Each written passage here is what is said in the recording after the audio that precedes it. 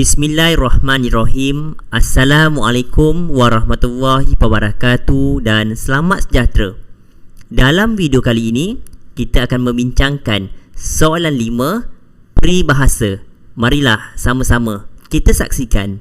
Mari kita lihat soalan 5, soalan peribahasa. Sebelum tu murid-murid, kita baca dahulu arahan soalan. Petikan di bawah mengandungi beberapa peribahasa. Senaraikan 3 peribahasa saja. Kemudian berikan peribahasa lain yang sama maksud atau hampir sama dengan peribahasa tersebut. Baik murid-murid, dalam soalan ni ada 2 tugasan soalan yang perlu kita cari. Baik. Yang pertama, murid-murid kena senaraikan dahulu 3 peribahasa. Senaraikan 3 peribahasa. Senaraikan 3 peribahasa. Kemudian berikan peribahasa lain. Kemudian berikan peribahasa lain yang sama maksud atau hampir sama. Jadi murid-murid kena dahulu baca petikan. Wan Zainun Wan Abdul Manan yang berasal dari Kuala Terengganu dan berusia 87 tahun telah membuktikan usia bukan penghalang untuk menggenggam segulung ijazah. Beliau menerima ijazah sarjana muda pengajian Islam di Universiti Terbuka Malaysia. Pada beliau, di mana ada kemahuan, di situ ada jalan. Wan Zainun turut dipilih sebagai penerima anugerah khas pembelajaran sepanjang hayat. Biarpun beliau pernah menerima pandangan sinis kerana masih belajar pada usia emas, namun semua itu ditepis kerana beliau berpegang pada prinsip genggam bara api biar sampai jadi arang. Beliau menabur bakti di negeri kelahirannya, walaupun telah bermausatin di Kuala Lumpur sejak 30 tahun yang lalu. Situasi ini dapat dikaitkan dengan peribahasa seperti belut pulang ke lumpur. Baik murid-murid, kita dah baca petikan ini. Kalau kita lihat dekat sini, soalan peribahasa ni memperuntukkan sebanyak 6 markah. 6 markah. Baik, di sini murid-murid kena senaraikan dahulu 3 peribahasa. Senaraikan 3 peribahasa dan kemudian berikan peribahasa lain yang sama maksud atau hampir sama. Baik, sama-sama kita kena pasti peribahasa yang terdapat dalam petikan ini. Kita tengok dahulu dalam perenggan yang pertama ni. Baik, kalau kita tengok dalam perenggan pertama ni ada peribahasa iaitu kalau kita tengok di mana ada kemahuan, di situ ada jalan. Baik, murid-murid, kita dah dapat 1 peribahasa dah. Kita nak cari 2 lagi. Kita dapat 1 dah. Okey. Dalam perenggan yang kedua, mari kita tengok ada tak peribahasanya. Baik. Kalau tengok kat sini, okey, nampak ni. Genggam bara api biar sampai jadi arang. Kita dapat peribahasa yang kedua.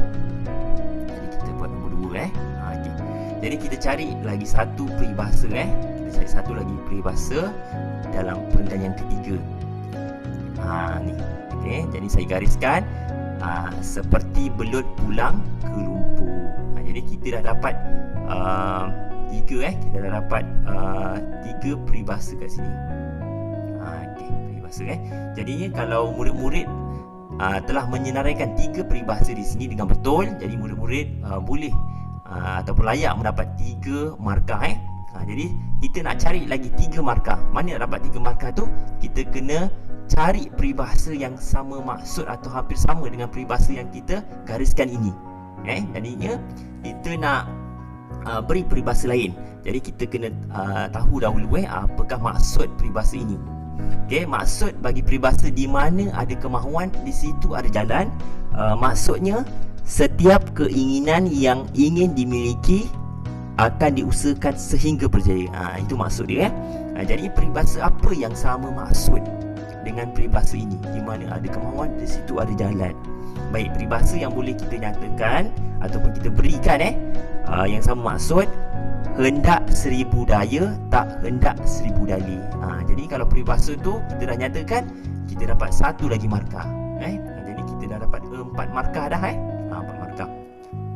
Baik, mari kita tengok pula peribahasa yang kedua genggam bara api biar sampai jadi arang. Apa maksud peribahasa genggam bara api biar sampai jadi arang? Maksud dia, jika melakukan pekerjaan yang susah, haruslah sabar sehingga mendapat nikmatnya nanti. Itu maksud dia. Jadi peribahasa apa yang sama maksud atau hampir sama dengan peribahasa ini? Baik, antara peribahasanya kita boleh nyatakan alang-alang mandi biar basah, ataupun kita boleh tulis alang-alang berdakwat biar hitam. Jadi saya dah bagi dua peribahasa kat situ, tapi kita nak satu saja satu saja. Peribahasa yang terakhir iaitu seperti belut pulang ke lumpur. Seperti belut pulang ke lumpur. Apa peribahasa yang sama maksud? Tapi sebelum tu kita kena tahu dulu apa maksud peribahasa ini. Maksud peribahasa ini iaitu selepas pulang ke tempat asal tidak mau pergi lagi. Tidak mau pergi lagi. Jadi peribahasa apa yang sama maksud? Cuba kita tulis seperti ini ikan pulang ke lubuk. Ikan pulang ke lubuk sama maksud dengan seperti belut pulang ke lubuk. Ataupun kita boleh berikan gagak pulang ke benua. Ataupun kita boleh tulis seperti sirih pulang ke gagang. Jadi kalau pelajar dah berikan peribahasa yang lain, jadi pelajar dapat lagi 1 markah. Jadi di sini pelajar dah senaraikan 1, 2, 3 peribahasa, dan pelajar juga dah berikan peribahasa lain. Jadi pelajar layak mendapat 6 markah. 6 markah. Baik, cuba kita tengok peribahasa yang pertama ni. Di sebalik maksud peribahasa ini, di mana ada kemahuan, di situ ada jalan. Jadi kalau kita lihat di sini, Wan Zainun Wan Abdul Manan ni walaupun telah berusia 87 tahun jadinya beliau nak berjaya tu bukanlah satu yang menjadi penghalang. Jadi beliau sanggup untuk belajar sehingga beliau mendapat 10 ijazah. Jadi kita boleh kaitkan petikan ini dengan peribahasa ini, iaitu di mana ada kemauan, di situ ada jalan. Yang kedua, kalau kita tengok di sini, genggam bara api biar sampai jadi arang. Macam mana kita nak kaitkan dengan peribahasa ini? Kalau kita tengok Wan Zainul ni, walaupun sudah belajar sehingga usia beliau telah lanjut usia emas, dan beliau menghadapi masalah seperti pandangan sinis daripada masyarakat, tetapi beliau ada prinsip seperti genggam bara api ni biar sampai jadi arang. Jadi beliau sabar dan akhirnya beliau mendapat ijazah. Kita tengok peribahasa yang ketiga, seperti belut pulang ke lumpur. Jadi kita lihat beliau menambah bakti di negeri kelahirannya.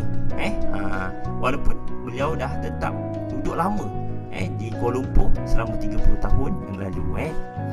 Baik, kita telah menyenaraikan 3 peribahasa, dan kita juga telah memberikan peribahasa lain yang sama maksud atau hampir sama dengan peribahasa tersebut. Kita juga dah mengetahui maksud peribahasa ini. Jadinya dengan perkongsian ini saya berharaplah akan dapat memberikan sedikit sebanyak pendedahan kepada murid-murid dengan bentuk-bentuk soalan peribahasa seperti ini. Sekian, terima kasih.